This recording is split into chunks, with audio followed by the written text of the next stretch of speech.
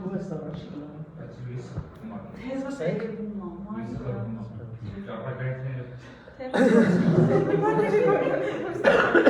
Ուրեմն այսօր մենք պիտի խոսենք ավանդույթի ու ավանդության տարբերության մասին հայոց լեզուն մեզ տալիս է հնարավորությունը տարբերակելու այս երկու հասկացողությունները բայց ինչպես որ յուրաքանչյուր բառի հետևում կա մեծ բովանդակություն եւ այդ բովանդակության ընկալումը նաեւ մեր կյանքի, մեր կենցաղի, մեր առօրյա գործնական ապրելակերպի վրա իր մեծ ազդեցություն ունի, նույնպես նաեւ այս բառերը ունեն։ Ուրեմն տեսեք, մի փոքր սկզբից խոսենք ավանդության մասին։ Ավանդության մասին ամենաշատ խոսքը գնում է այն ժամանակ, երբ որ մենք խոսում ենք մեր եւ բողոքական հարանվանությունների տարբերությունների մասին, որովհետեւ բողոքական ընկալումը միայն Սուրբ գրքի, մենք հակադրում ենք դրան, այսպես ասած, կամ մեր ընկալման ավանդության բողոքական հարանվանությունները հակադրում են միայն Սուրբ գրքի կամ sola scriptura լատինական արտահայտությամբ այդ սկզբունքը։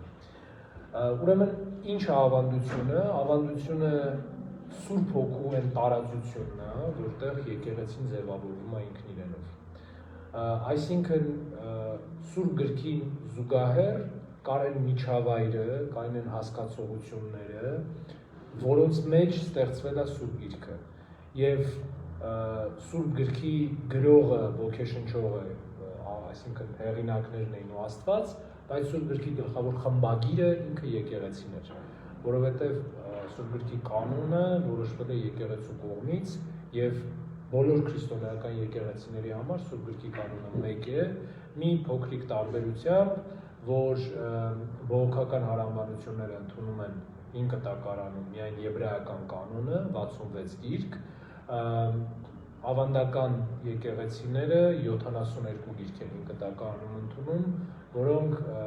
70-ից թարգմանությունն են, 70-ից թարգմանությունը ինչ է կոչվում այդպես, որտեղ 70 մարդու կողմից է, 70 մարդկանց կողմից է թարգմանվել Քրիստոսից հետո 200 թվականին։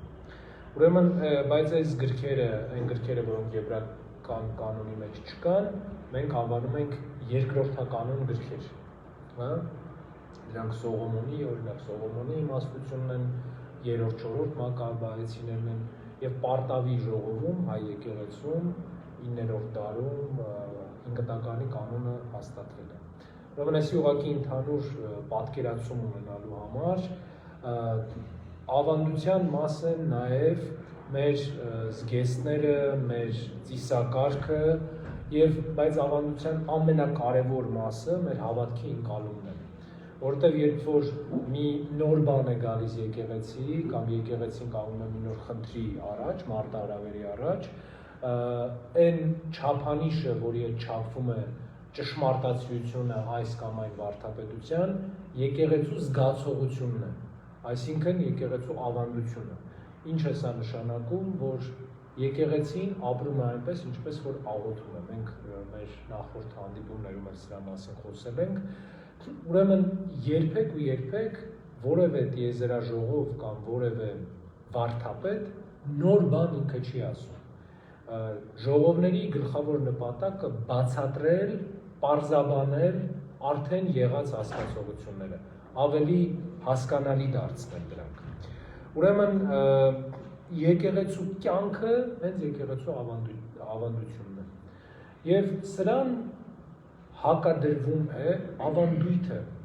Ավանդույթը շատ ժամանակ ազգային սովորություններն են, որոնք այս կամ այն ձևով մտնում են եկեղեցու անդամների միջոցով, մտնում են նաև եկեղեցի։ Տեսեք, հիմնական մեղադրանքները, որ ստանում է առաքելական եկեղեցին տարբեր հարանվանությունների կողմից, վերաբերում է ավանդույթներին, որոնք երբեք ու երբեք վարդապետական մաս չեն կազմում հայ եկեղեցու։ Ուրեմն մոմավառությունը, տյառնընթարաճի կրակը, եկեղեցուց մեջքով դուրս գալը, հա, ասենց մեջքով դեմքով դեպի խորանը, մեջքով դեպի դուռը, դուրս գալը, կանանց գլխաշոր կրելը, խաչակնքվելը, սրանք բարեպաշտական ավանդույթներ են։ Այսինքն մեր հավատքը չի ամփոփվում այս ամեն ինչի մեջ, հա։ Եթե մենք մոմ ենք վառում կամ չգիտեմ, դիարմիտ առաջի կրակին դեմ չենք, մեջ կանցենք դուրս գալի եկեղեցուց, բան եւ այլն, եթե սա ամեն ինչ անում ենք, այդ չի լինում, որ մենք բոլոր ծիճկեքը դրեցինք ու մենք արդեն կարանք համարվենք 100%-անոց հավատացյալներ ու դուրս գանք, ասենք սար, դու գնա ես կողմ, ծով, դու արի ես կողմ։ Ու ընդհակառակը, եթե մենք այդ դրանցից որևէ մեկը չենք անում, հա, էլի չի նշանակում, որ մենք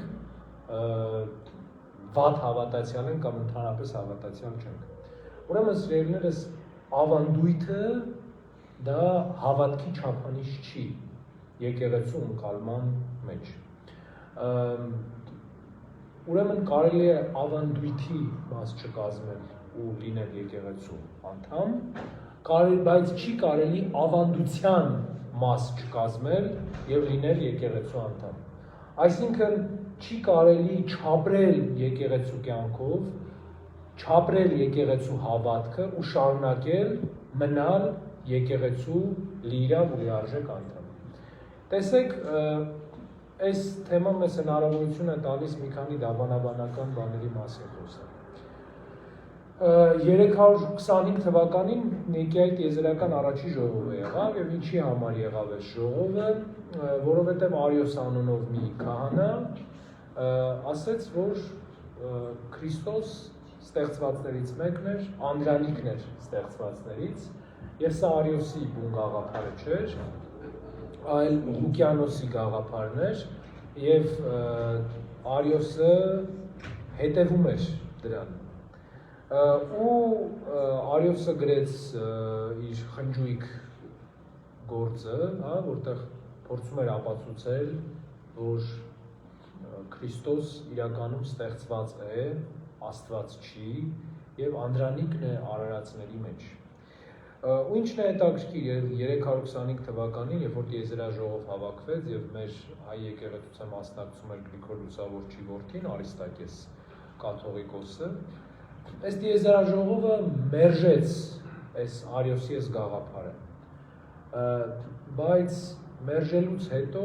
եպիսկոպոսների մեծամասնությունը իրենց տեղերում ընդունեցին արիոսականությունը։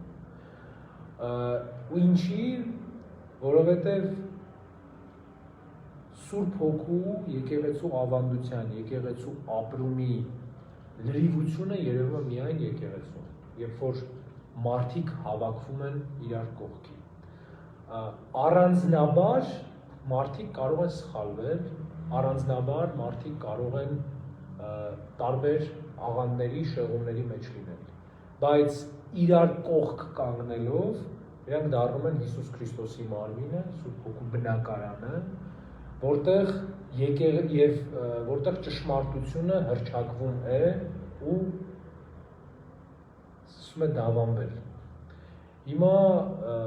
քանի որ մաթեմատիկներ հասկացանք, որ շատ կան, կանան հարցնեն, օրինակ, ինչ սիստեմով է դա լինում, հա, ինչ փաստացի ապացույց կա։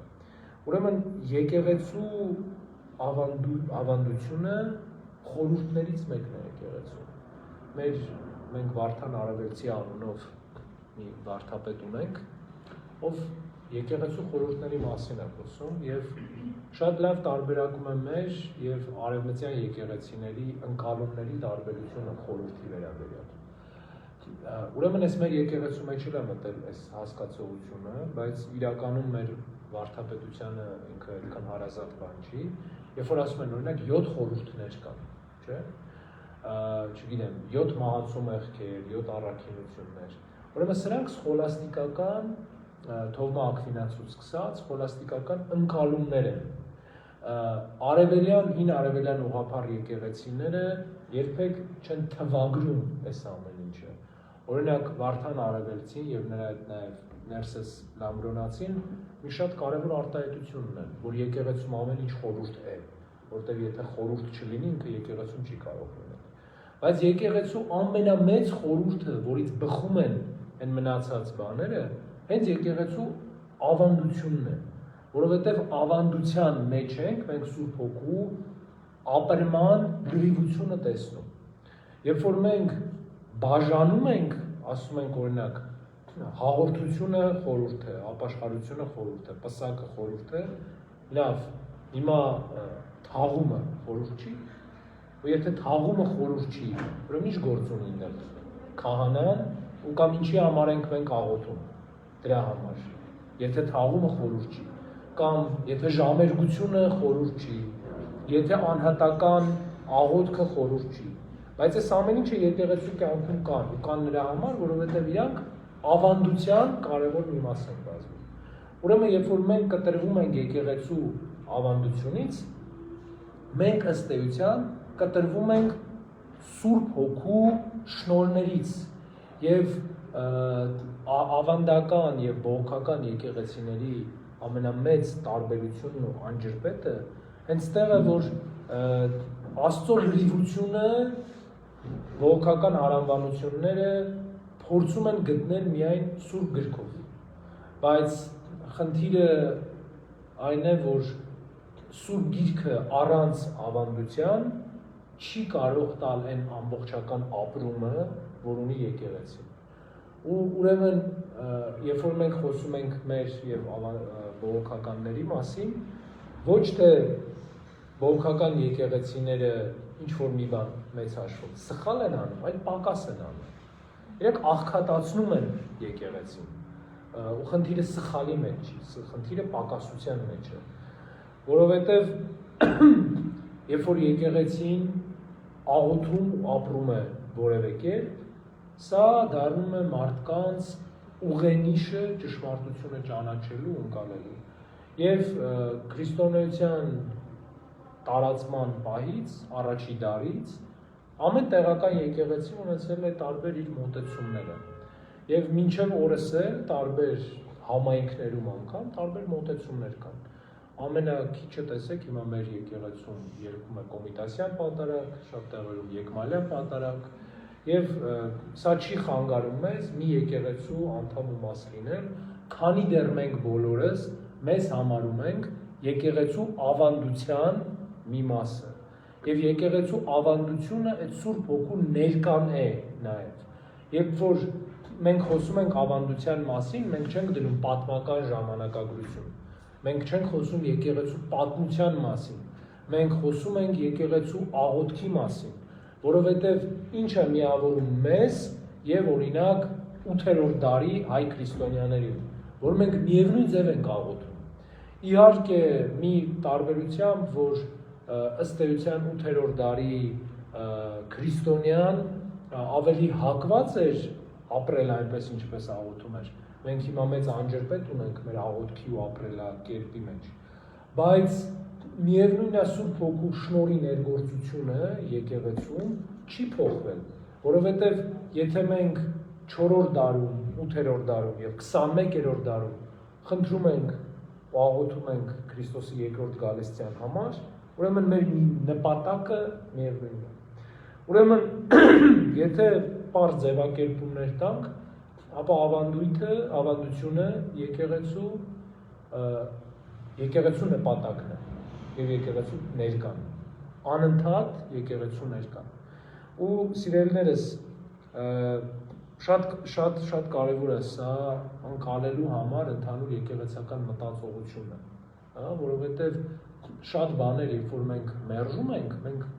նրա համար, որովհետեւ տրամաբանությունը դրա խորքը չենք հասկանում, թե ինչի է սա ասպես, որովհետեւ շատ ժամանակ օրինակ ինչ որ մի բան անելու կամ չանելու համար ասում են, թե Սուրբ գրքում գրված է այսպես, բայց երբ որ ասում են պետք է տեսնել Սուրբ գրքի կոնտեքստը, ոչ միայն կոնկրետ այդ հատվածը պետք է կարդալ, այլ ընդհանուր պետք է կարդալ ու հասկանալ այն միջավայրը, որում գրված է այդ ամեն ինչը։ Տեսեք մի պարզ օրինակ ուղղակի, Ավետարանում Քրիստոս ասում է, որ երբ որ գիշերով գան ձեզնից հաց ուզեն, ով է ձեզնից, որ կերևի կտա այդ հացը։ Ուրեմն ինչի, տեսեք հիմա մեր համար, մեր աշխարհի ներկա անկալման համար, հիմա ինչ դժվար բան կա, լավ թե քո եղբայրը եկավ գիշերը ժամը 3-ին քեզ ասեց հաց տուր։ Ինչ դժվար բան կա, գնաք հացի համանակը բացեք կտակ։ Բայց ինչ պիտի աներ Պաղեստինում ապրող մարդը այդ հացը տալու համար։ Նախ եւ առաջ գնալու դուռը բացել է այդ բավականին բարդ բան էր, որովհետեւ ներքին դռներ կային, արտաքին դռներ կային, որ բոլորը փակվում էին, կար ընդամենը մի սենյակ, մեջտեղում օջախ, բոլորը կողքը քնում էին, կենդանիներն էլ էին իրանց հետ քնում եւ այլն, ու փակվում էր այդ բոլոր դռները։ Ուրեմն մեկին մի նկանակ հաց տալու համար այդ մարդը պիտի բոլորին քնից աներ նախ եւ առաջ, անհանգստություն պատճառեր բոլորին այդ մի նկանակը տալու համար եւ մարդկանց մեծամասնությունը այդ նեղությունը ուղղակի չէր տալի դուրը ծեծում էին ոնց որ հիմա ասում են մարդ չկա էտա այդ ձևով էին վարվում ուրեմն եւ շատ բաներ օրինակ կորինթացիների թղթում կանանց գլխաշորերի մասին երբ Պողոս Առաքյալը ասում է չէ Ինչի էր պետք Կորինթոսում որպեսզի կանայք, ինչ էր Պողոս Առաքյալը Կորինթացիներին հետ ուղղված նամակում խոսում սրա մասին, որովհետև Կորինթոսում կար մի ընդունված կարգ, որ պիղծ կանանց մեղքի մեջ բռնված եւ ապացուցված կանանց սափրում էին ամբողջովին։ Եվ գլխաշոր կրելը բոլորի կողմից հավասարություն էր դնում իրենց առաջ։ Այսինքն Աստծո առաջ բոլորը իրենք հավասար էին։ Հիմա սա որպես այս ավանդույթի մասին պատմելը, հա, եկել է եկեղեցի ու ինքը շարունակել է մնալ ավանդույթ, բայց չի դարձել երբեք ավանդություն։ Եթե փորձենք ավելի բացել, հա, այս փակագծերը, ավանդությունը ժամանակ ու պատմություն չճանաչող բարձրագույն արժեքներն ու գաղափարներն են։ Ավանդույթը դրանք ժամանակի հետ փոխվող բաներ են։ Հիմա նույն ձևի տեսեք օրինակ մինչև 19-րդ 20-րդ դար մինչև էլեկտրականության հայտնաբերումը եկեղեցին լուսավորվում էր մոմերով։ Եկեղեցու էլեկտրաֆիկացումը, տեսեք հիմա մենք այս հեռվից ողջույն ձեզ Համեցեք ես վերջան։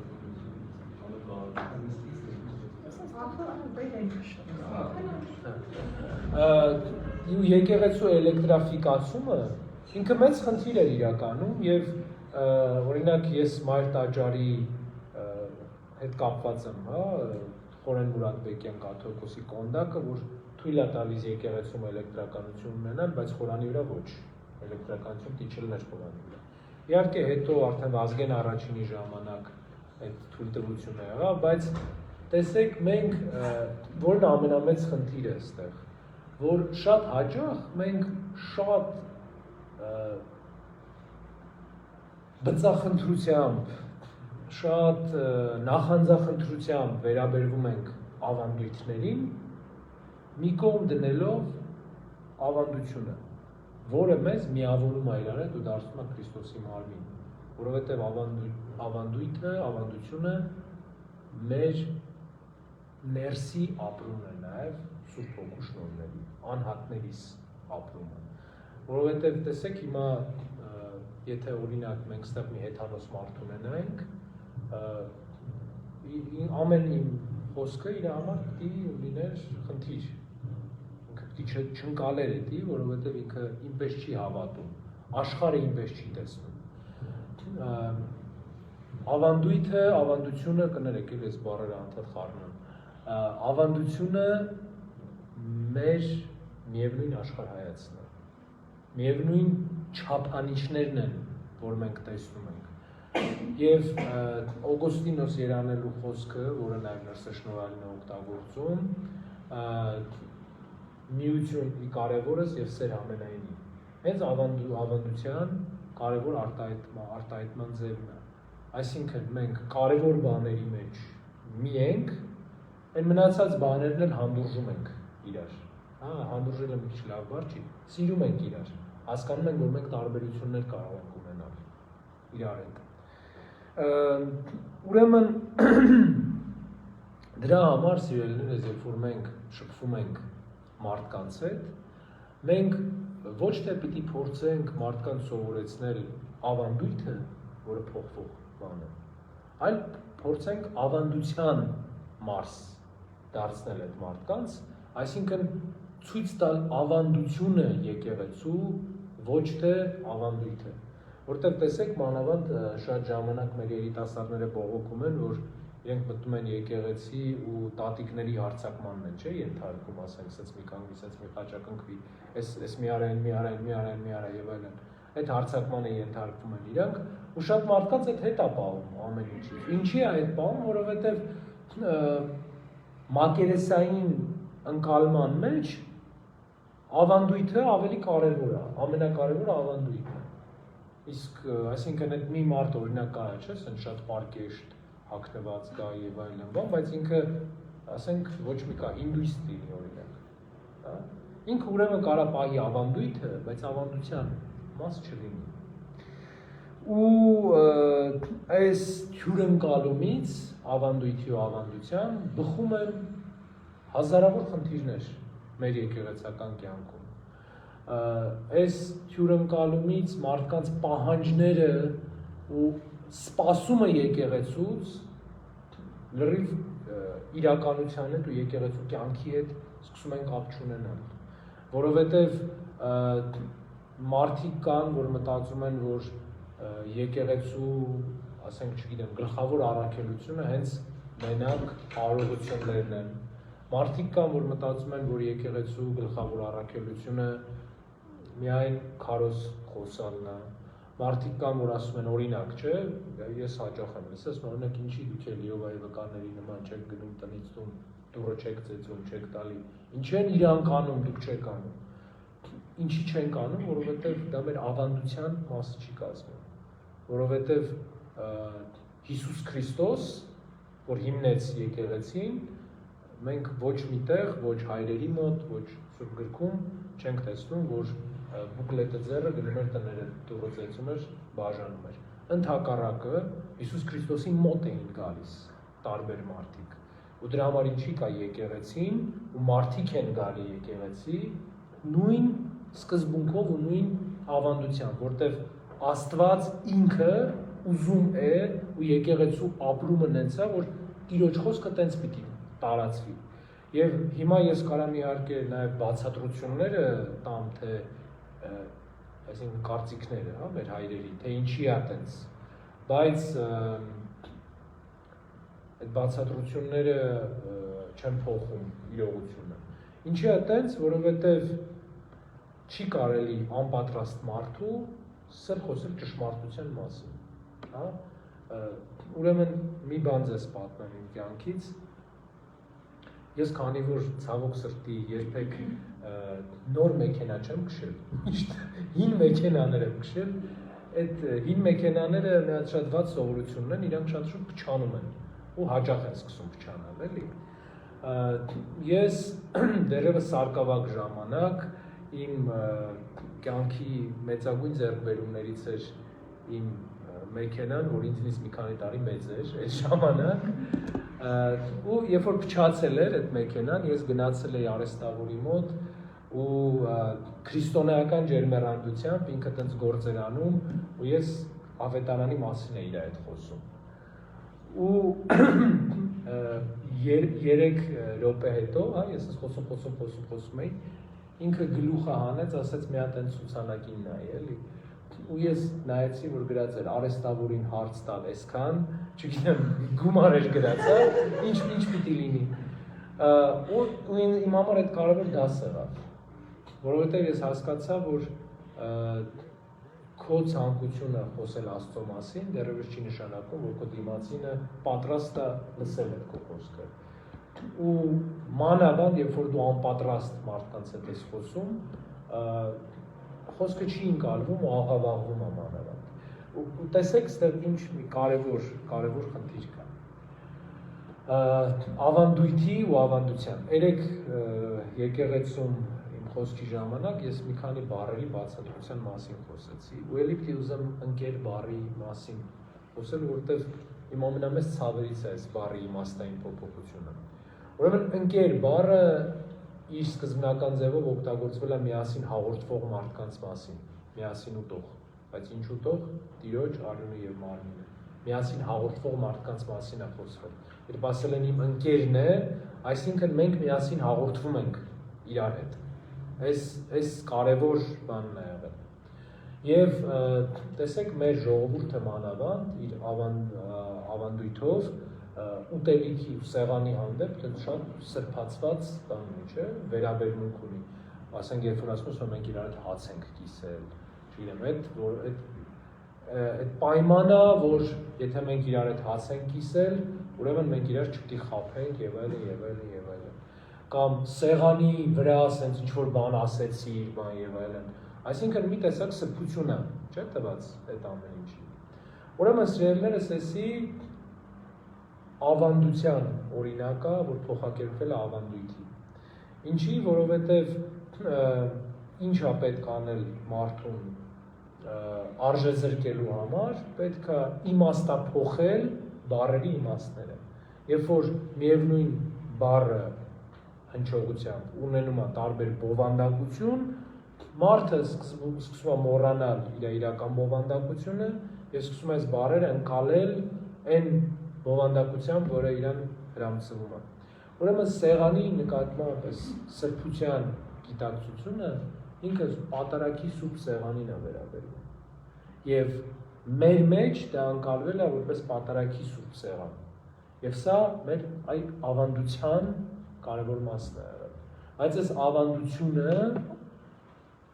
մեր աշխարհիկ կյանքում մտել է որպես ավանդույթ։ Ու դրա համար հիմա տեսեք, մտածել եք երբևէ, ինչի են հայկական միջավայրերում մեծ ճաշկերույթների ժամանակ թամադալինում ու մի հոգի խոսում։ Ինքն է չէ խոսում, միշտ, մենակ թամադալ է խոսում։ Նման քահանային, որտեղ այդ սեղանի ժամանակ քահանան է խոսում մենակ։ Ինչի են բաժակը բարձրացնում, որ խոսան։ Դա այս նույն նշանն է, որտեղ ես մի անգամ չգիտեմ, ձեզ ասել եմ թե չէ, սա նշանակում է փակեք բերանները։ Սա այդ նշանն է, փակեք, բերանները փակել։ Եվ ինչի համար էր դա, հին Հունաստանում էր դա սկսվում, որովհետև միկրոֆոններ չկային, եւ երբ որ հռետորը պետք է խոսեր, նշան էր անում, որ փակեք բերանները, որ ինքը խոսի։ Եվ երբ որ քահանան խաղաղություն է տալիս, ինչից առաջ է տալիս, միշտ երբ որ Աստծո մեջբերում է լինելու, Աստծո խոսքի։ Իսկն դուք լռեք, Աստված պետք է խոսի հիմա։ Ուրեմն սիրելիներս, այս ընկալումները մեր կենցաղում, մեր քրիստոնեական դարավոր աղավաղվածության արտահայտություններն են։ Հիմա շատ մարդիկ չեն անդրադառնում, թե որտեղից է այս ամեն ինչը գալիս։ Բայց ցավոք սրտի ավանդույթը մի շատ վատ հատկություն ունի, ինքը գնալով բարոյազրկվում է ավանդույթը, որտեվ սկզբնական շրջանում ինքը դեռևս շարունակում է պահել բովանդակությունը, գնալով բովանդակությունը քչանում մնում է ձև, իսկ ձևը առանց բովանդակության գոյություն ունենալ չի կարող եւ լցվում է մի նոր բովանդակությամբ ու հիմա օրինակ չգիտեմ ալկոհոլ չխմելը, չէ, բանի ժամանակ, այդ սեղանների ժամանակ վիրավորանք է համարում, բայց ինչից էր, ինչ է սա, սուրբ պատարագին չհաղորդվելու խնդիրն է, մարմին ու արյանը չհաղորդվելու։ Այսինքն տեսեք ինչ 180 աստիճանով փոխված բովանդակություն է տրվում ու այլասերված բովանդակություն։ Դրա համար սիրելիներս մենք մանավանդ մեր եկեղեցու մարդիկ, ովքեր ուզում են ապրել քրիստոնեական կյանքով, շատ կարևոր է որ ընկալեն այս տարբերությունները ավանդույթի ու ավանդության եւ ընկալեն նաեւ որ առանց քրիստոնեական կյանքը ըստ էության հենց ավանդության մեջ ապրելն է։ Արտոս ջան, վերջացնենք, ձեր հարցերը պատասխանենք։